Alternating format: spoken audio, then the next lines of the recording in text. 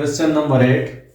Find the sum of even numbers from 2 to 100. हमने 2 से लेके 100 तक जितने भी even numbers है उनका sum find करना है. What is mean by even number? Even number are those number which are divisible by 2. वो ऐसे नंबर जिनको हम 2 पे डिवाइड कर सकते इनको हम कहते हैं even number.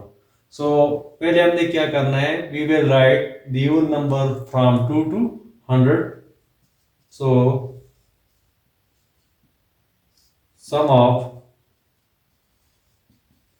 even numbers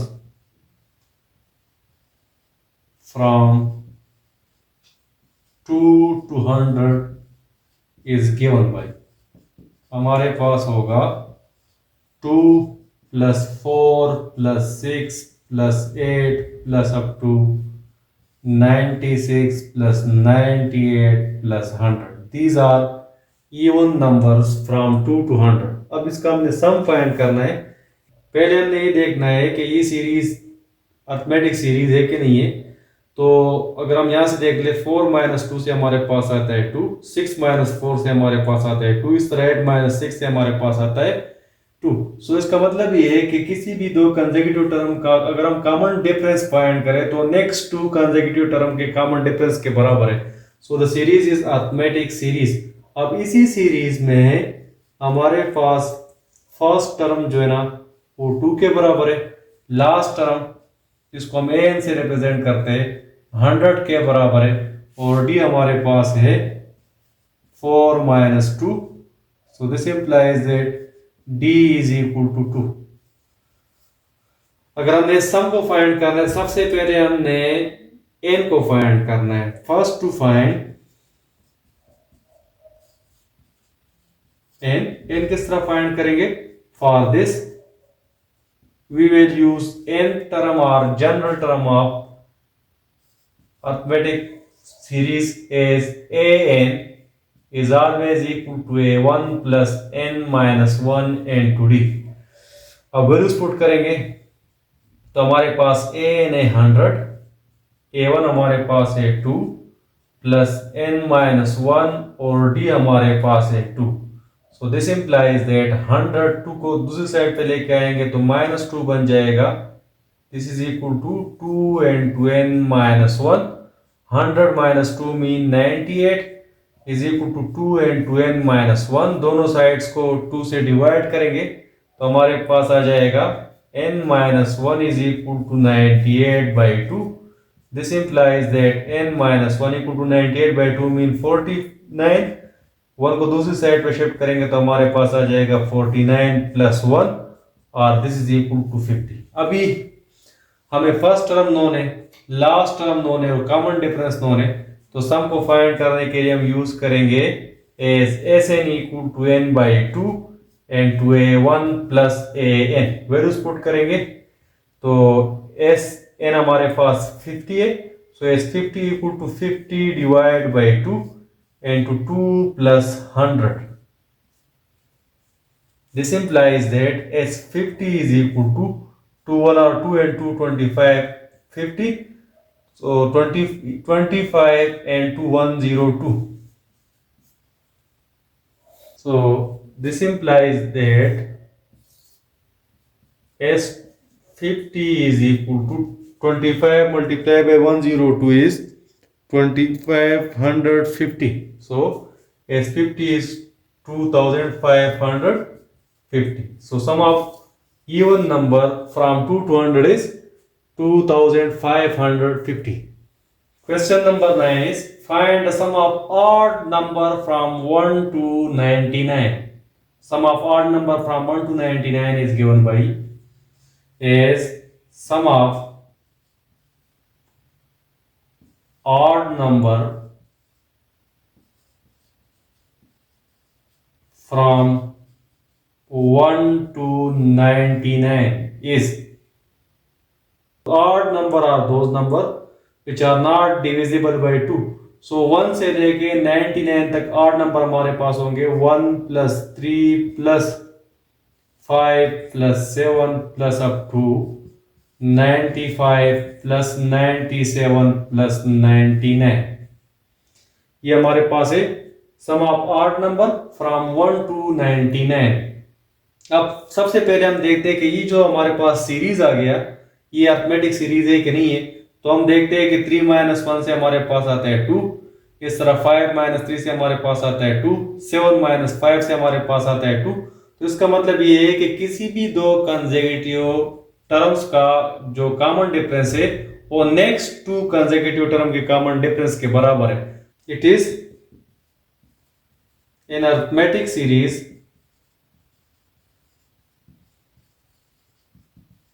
with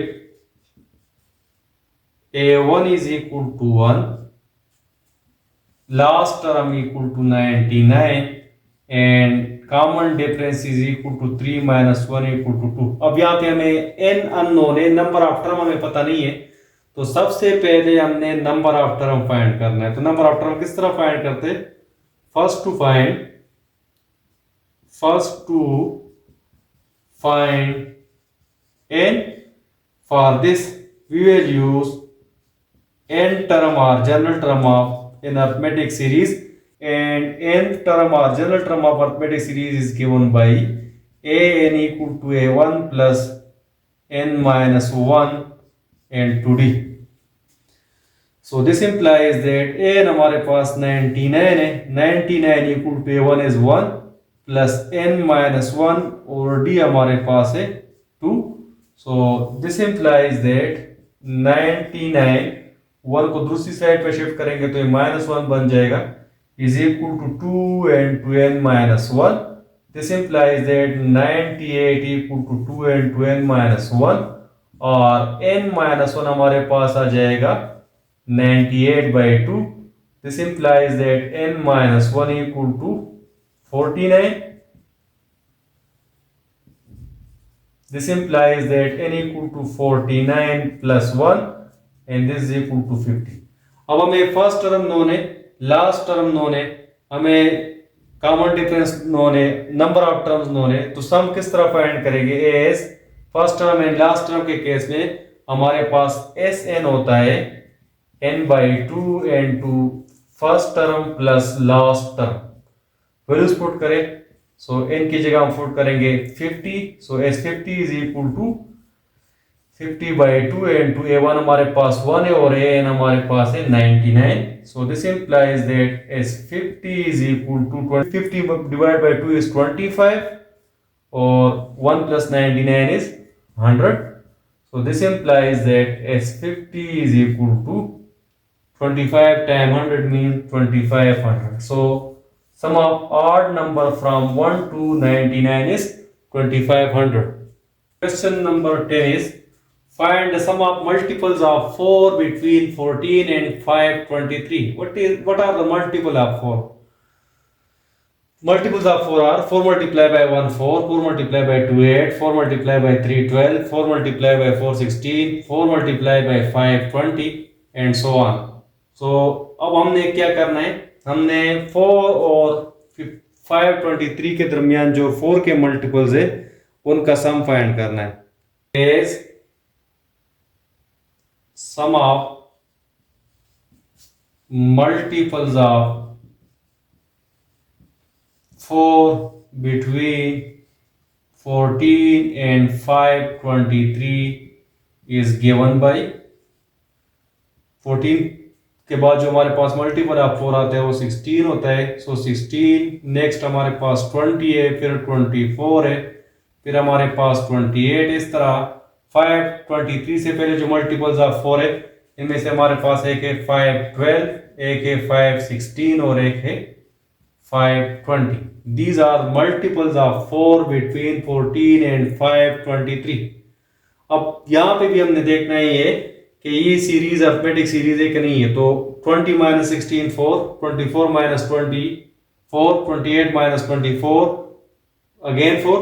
सो इसका मतलब ये है कि अगर आप किसी भी दो कंसेक्यूटिव टर्म्स का कॉमन डिफरेंस लेते हैं तो वो 4 के बराबर है। So this is in arithmetic series, it is in arithmetic series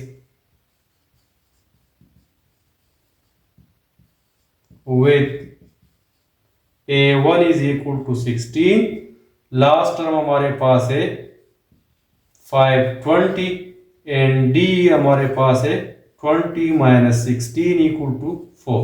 अब यहाँ पे हमें नंबर ऑफ टर्म्स नोन नहीं है, तो फिर सबसे पहले हमने नंबर ऑफ टर्म्स को फाइंड करना है। First to find n for this as an is equal to a1 plus n minus 1 into d। n को किस तरह फाइंड करते हैं? n को फाइंड करने के लिए हम यूज करते हैं n टर्म और general term of arithmetic series. So an की जगह हम पुट करेंगे 520, a1 हमारे पास 16 है प्लस n माइनस 1 और d हमारे पास है 4। दिस implies that 520 16 को दूसरी साइड पे शिफ्ट करेंगे तो माइनस 16 बन जाएगा और 4 इंटू n माइनस 1। 520 माइनस 16 हमारे पास होता है 504 is equal to 4 into n minus 1। This in और n minus 1 equal to 504 divide by 4। This implies that n minus 1 equal to 504 divided by 4 mean 126. So this implies that n is equal to 126 plus 1 or 127. So number of terms हमारे पास आ रहा है 127। अब हमने क्या करना है? सम फाइंड करना है। यहाँ पे हमें फर्स्ट टर्म, लास्ट टर्म और नंबर ऑफ टर्म्स नोन है, तो सम के लिए हम यूज करेंगे as Sn is equal to n by 2 and to a1 plus an। क्योंकि हमें फर्स्ट टर्म और लास्ट टर्म नोन है, तो जब हमें अरिथमेटिक सीरीज का फर्स्ट टर्म और लास्ट टर्म नोन हो, इसके सम को हम फाइंड करने के लिए यूज करते हैं Sn equal to n by 2 and to a1 plus an।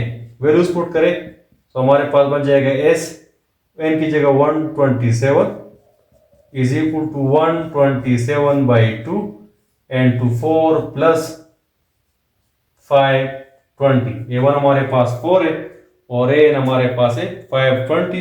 so this implies that s127 is equal to 127 by 2, 4 plus 520 mean 524। this implies that s127 is equal to 524 divided by 2 से हमारे पास आता है 262। हमारे पास आ जाएगा 127 multiply by 262 is 34,036।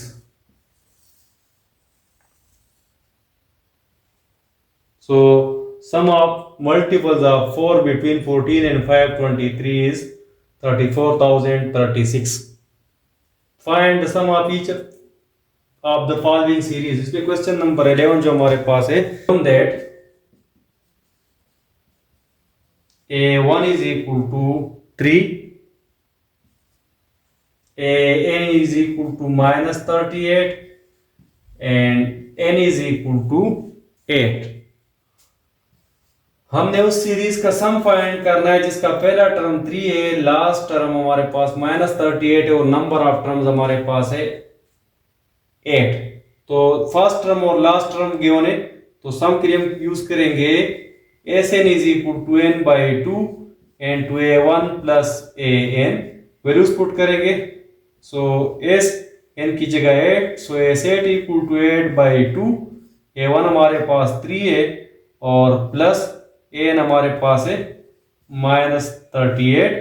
This implies that s8 is equal to 8 by 2 mean 4 और 3 plus minus 38। This implies that s8 equal to 4 and 2, 3 minus 38 mean minus 35। This implies that s8 is equal to minus 140। Question number 12, given that a1 is equal to 85, n is equal to 21 and an is equal to 25। हमने उस series का सम find करना है जिसका पहला term 85 है, number of term 21 है और लास्ट टर्म हमारे पास है 25। यहाँ पे भी फर्स्ट टर्म और लास्ट टर्म गिवन है, तो सम हमारे पास होगा S N is equal to N by two into A one plus A N.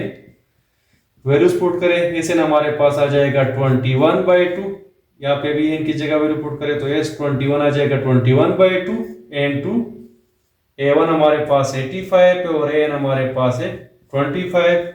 So this implies that S21 is equal to 21/2, 85 plus 25 5 10 और 9 plus 2 11, so 85 plus 25 is 110।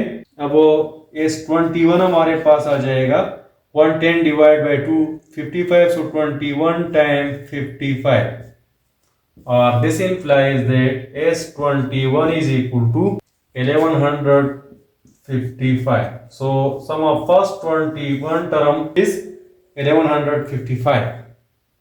Question number 13. Given that A1 is equal to 34, N is equal to 9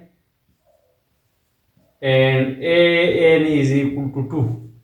अब यहाँ पे भी first term और last term given है और number of term भी given है, तो सम को फाइंड करने के लिए हम यूज करेंगे S N is equal to N by two into A one plus A N.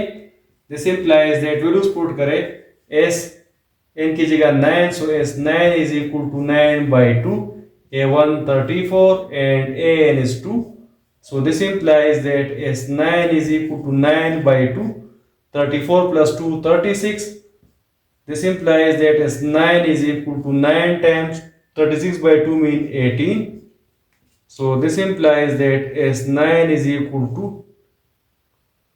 162. So sum of first 9 term is 162. Question number 14. Given that